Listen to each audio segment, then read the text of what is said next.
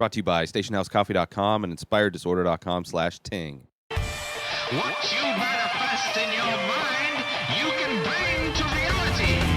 Desperados, movie on Netflix that I would not recommend anybody watch. It is a horrible movie, but I'm going to talk about it because I watched it. Why did I watch it? Because a friend told me it was bad, and anytime I'm going to talk about a movie on the show, I need to watch it, especially if I'm going to talk shit, which I'm going to talk shit because this movie was horrible. It's a comedy. First off, the title, no relation to any part of this movie whatsoever. Really should. I don't know why it's called Desperados. The premise of this movie is very similar to Road Trip, in which somebody accidentally sends somebody to something to somebody, and they need to go there and intercept this message before it arrives at the person that they sent it to. Except for this version, they sent an email. So here's the thing.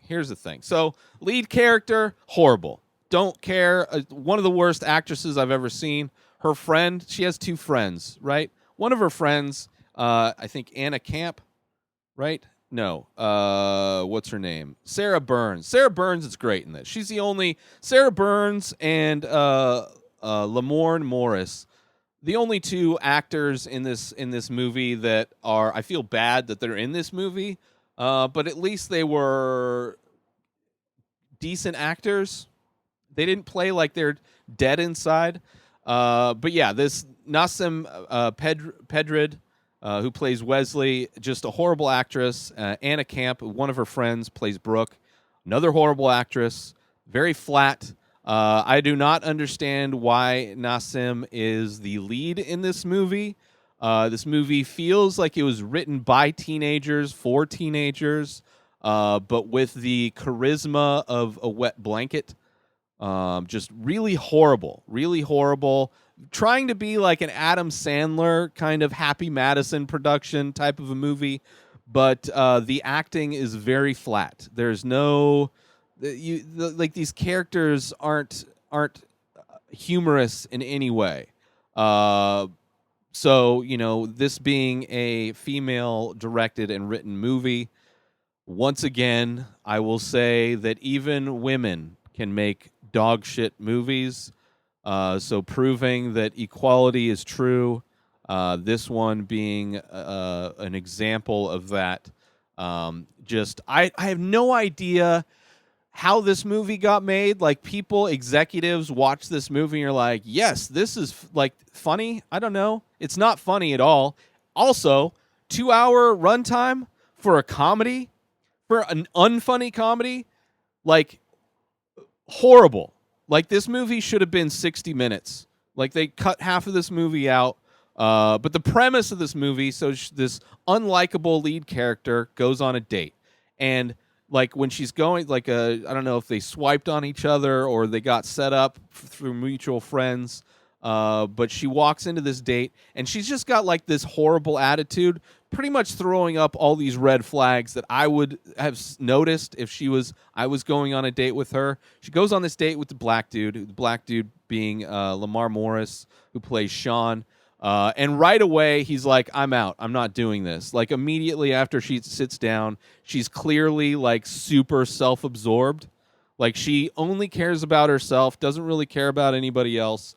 And just that kind of attitude, which she's written to be that way.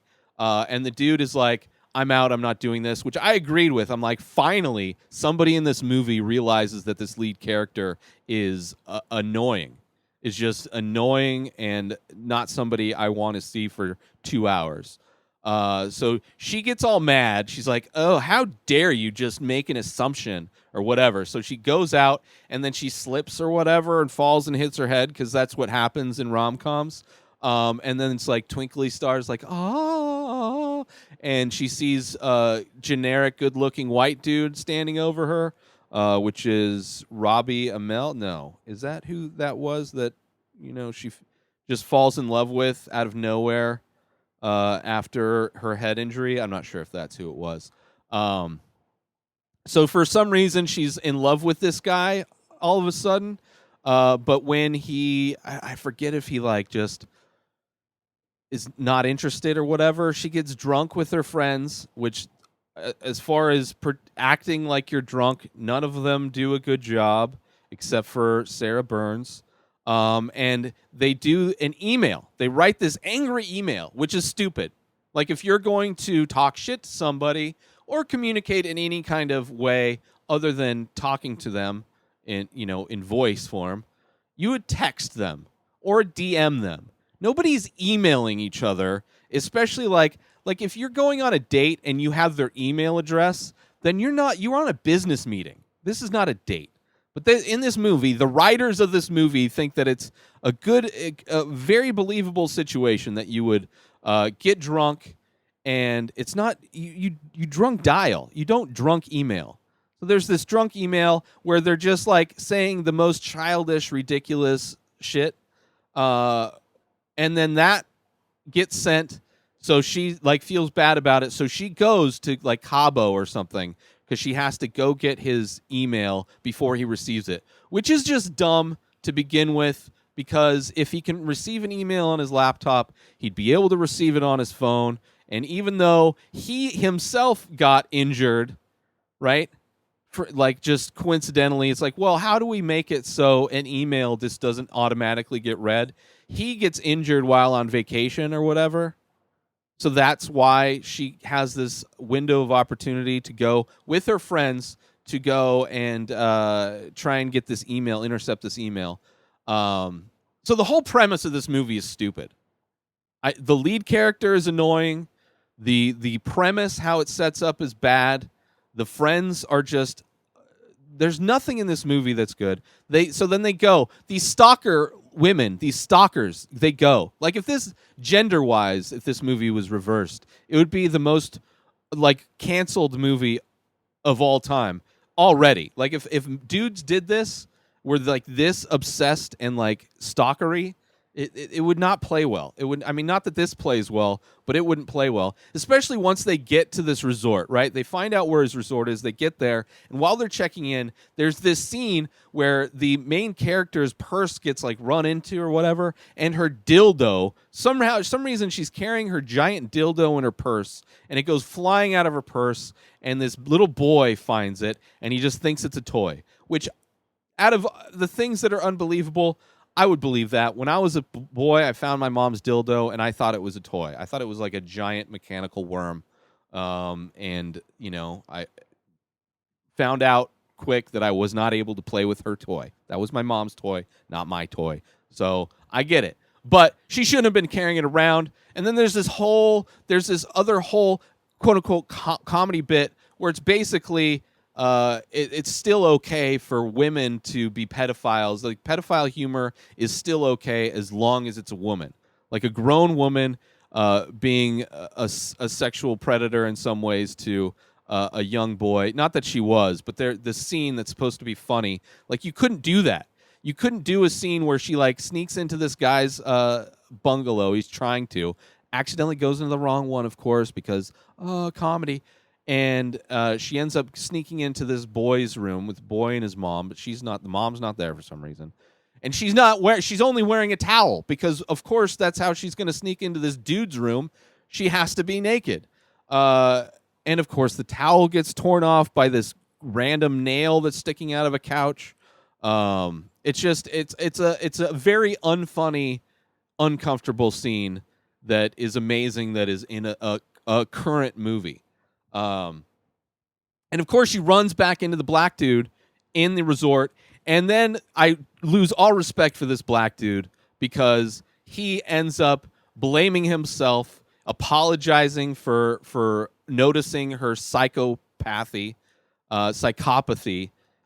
and trying to get rid of that toxic person early on. He ends up blaming himself and apologizing. It's like, oh, now I'm going to help you. I'm going to help you because I feel bad. I'm going to help you get with this other dude. Like, it makes no sense whatsoever, the whole thing. And then the end of the movie, right? She ends up going to, she gets the laptop. I think she erases it. But then, she ends up going to the hospital where this dude is, right? He's getting released. And it's like every part of this movie is stupid. Every single part of this movie is stupid. And then the end, they're on this plane flight back, right? Her friends are giving her shit because they're like, "Oh, you went all the way to Cabo and you didn't spend any time with me." It's like their friends shouldn't have even been there. I don't know why her friends were there. They are just as self-absorbed as her, just blaming everybody but themselves. But she ends up just telling him that it was her, that she wrote this message, and it's not even a bad email. Like, you could have easily played this email off. It could have, every aspect of this movie was just the worst writing ever. Horrible writing, horrible editing. I mean, you a 2-hour unfunny comedy, horrible acting. Like, whoever is getting performances out of these people had no desire to try and make anything. Like, I don't understand how something like this gets made. I have no idea. And it's amazing that anybody likes this movie. It was just horrible. And it's not even so bad it's good. It's just not good at all. It's just not good. It's just really not good. But if you want to subject yourself to 2 hours of torture, some people like it. Some people like the in the second hour of the movie how it kind of changes. And there was one funny moment, like they roll a car, a bus or a car over, and there's a little funny moment there. But it's still, the majority of this movie was a pain to watch, pain to suffer through. So Desperados on Netflix. Don't watch it. Make sure you support our sponsor, stationhousecoffee.com, and follow Station House Coffee on Instagram, and order yourself some small batch, single origin, premium coffee brewed in Thetford Center, Vermont, shipped directly to you. Help support small business and get yourself some amazing coffee. At the same time, go over to stationhousecoffee.com and order your coffee today. Also, if you're looking for new cell phone service, you're not looking to spend an arm and a leg, go over to inspireddisorder.com/ting and get yourself some new cell phone service and $25 in credit when you go through my link, inspireddisorder.com/ting. New episodes of The Ray Taylor Show come out every single day. Subscribe on IGTV, YouTube, and everywhere else podcasts are found. Binge the full week ad-free over at patreon.com/inspireddisorder. Buy Ray Taylor Show merch over at inspireddisorder.com and follow the show on Instagram at Ray Taylor Show. Have a wonderful day, everybody. Peace out!